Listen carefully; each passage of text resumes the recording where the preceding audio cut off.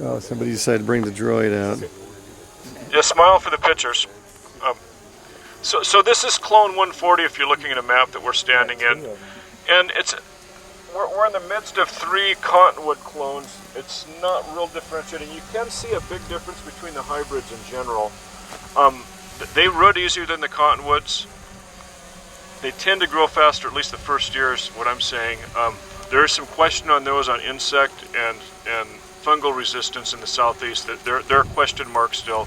They are also not a non-native. So if you're looking at certification, you have problems with a hybrid species that's not native with any certifications if you have to do that. So our focus in the south, we're involved with both.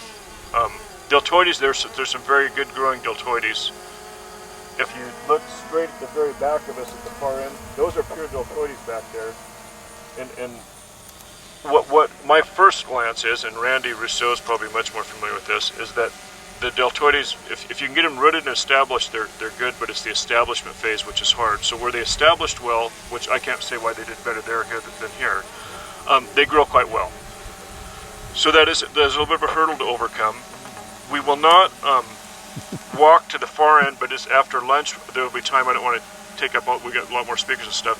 If you walk on past the tent around the corner, we planted whips in one area, which these are cuttings. So whips are, if you take that thing that Rich has by him, or even a bigger one than that, cut it off at the ground when it's dormant, plant the whole thing in the field, and so we like to plant them so they're 6 feet minimum to 10 feet out of the ground.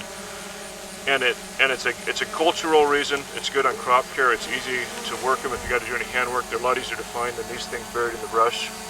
And the deer don't tend to eat them when they're taller than the deer to start with. So it's my local farm's battle against deer. We have a hybrid and 2 hybrids and a deltoide by deltoide whips planted back there. They all reasonably rooted well, and on a first look guess, if you're going to plant, from my perspective, depending on production for plant numbers, you might be better off planting whips, especially deer browse areas. This area was the worst deer browse score that I had early in the summer, which I expected that little corner with all the hedged in area. I thought that would be the worst browse, but there was not much browse there for whatever reason, but I'm not a deer, so. When you say battling deer, is that an active battle, or is that just the way you're phrasing it? I mean, do y'all do anything to discourage the deer, I guess is what I'm saying? I haven't found a way to really discourage deer other than shoot one, so. No, we change management strategies to beat them. And once you've got a stand established on a coppice stand, and we've seen this on smaller scales, we haven't done large scales. We're going roundwood, we're going 12-inch DBH for logs. But we've done quite a few. We have a nursery program and a lot of other things. So once you've got them established, you got roots established, you cut them off and let them coppice, then usually the growth is prolific enough. It's just a numbers game. If you want 900 an acre, plant 1,000. Just that type of deal.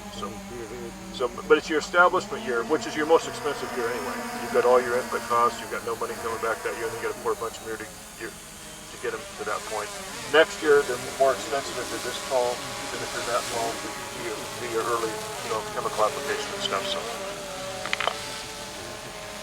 What about insect control? Do you have any insect leaf damage out here? Anything? Leaf beetle? We did one Coragen application for leaf beetle, and I was going to come. We've got Randy on contract and retainer. Our locals doing that. He thought we were going to have a lot more. I'm not that familiar with leaf beetle, but we expect 2 or 3 applications a year probably for leaf beetle. Seems year to year. And it does change from year to year. There was a lot of leaf beetles here in May, so I haven't seen a whole lot. I haven't been here yet. Today's the first day I've been here for a month, so I haven't had much to look at it. Our trial down in the Vicksburg area that was planted practically the same time as this, we had to treat it 3 times for leaf beetle. So it depends on the area and the native population of the eastern cottonwood that provides the other feed source for the insect populations to build up. So this is fairly clean. I haven't seen any leaf beetles since I've been walking around here, so it's looking pretty good here.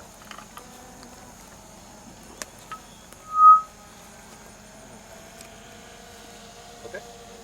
You want to walk over to the Just swat that thing out of the sky, huh? So where's our boss? Where's Jessica? You flying the plane? So how are we for time, Tim? Do we need to? No, we're good. We actually got about an hour. Yeah. I didn't know what. I'd like to walk over. So let's walk over to the hybrid just to take a look at that. We don't want to walk in the middle of a little tree. So Rick,